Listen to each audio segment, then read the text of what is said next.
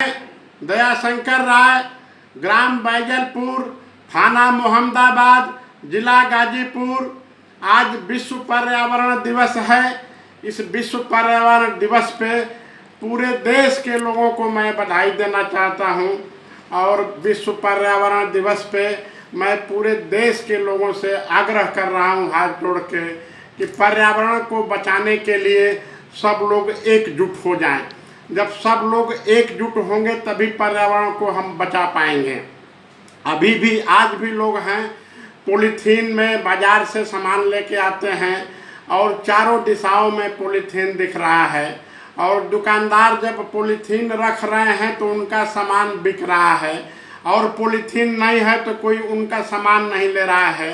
ये बहुत ही मानव जीवन के लिए पॉलीथीन जहर है और हम सभी लोगों से हाथ जोड़ के निवेदन करते हैं कि पॉलीथीन पे सरकारी बैन लगा हुआ है, इसका लोग इस्तेमाल ना करें, झोला लेके बाजार जाएं और पर्यावरण को बचाने में सहयोग दें, पेड़ पौधा लगाएं, तभी जाके मानव जीवन बचेगा।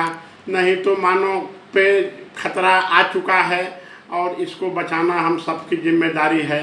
एक मैं भोजपुरी में एक कविता आपके सामने प्रस्तुत कर रहा हूं जो आपके लिए एक संदेश देगा कि पॉलीथीन हम लेके जा रहे हैं तो इससे कितना नुकसान होगा, ये आपके सामने मैं प्रस्तुत कर रहा हूं।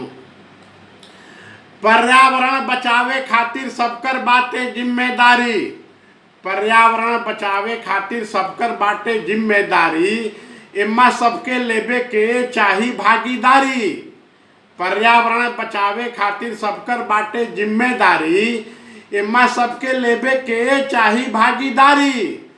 सबके शुद्ध हवा चाही, सबके चाही पानी, सबके शुद्ध हवा चाही, सबके चाही पानी। प्रकृति के साथ काहे खातिर करत बनी मनमानी, सबके शुद्ध हवा चाही, सबके चाही पानी। प्रकृति के साथ काहे खातिर करत बानी मनमानी। गंगा माई के हर घड़ी, गंगा माई के हर घड़ी रखी जा साफ, नाही तो ऊ ना करिह केहू के माफ। गंगा माई के हर घड़ी रखी जा साफ, नाही तो ऊ ना करिह केहू के माफ।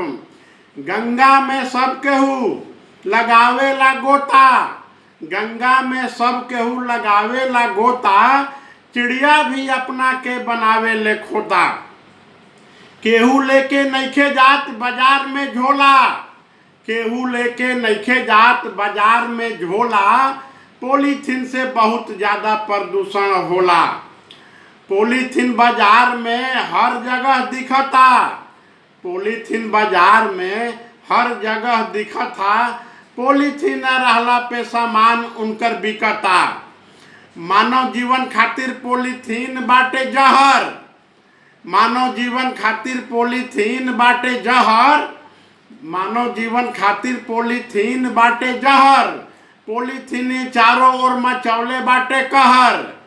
पॉलीथीन पर लागल बाटे सरकारी बैन, पॉलीथीन पर लागल बाटे सरकारी बैन। पॉलीथीन बिना केहू के मिलत नइखे चैन। पॉलीथीन पे लागल बाटे सरकारी बैन, पॉलीथीन बिना केहू के मिलत नइखे चैन। पॉलीथीन में सब केहू फेंकत बाटे कूड़ा, पॉलीथीन में सब केहू फेंकत बाटे कूड़ा। चाहे ऊ जवान होखे चाहे होखे बूढ़ा, पॉलीथीन में सब केहू फेंकत बाटे कूड़ा। चाहे ऊ जवान होखे चाहे होखे बूढ़ा। जय हिंद, जय भारत।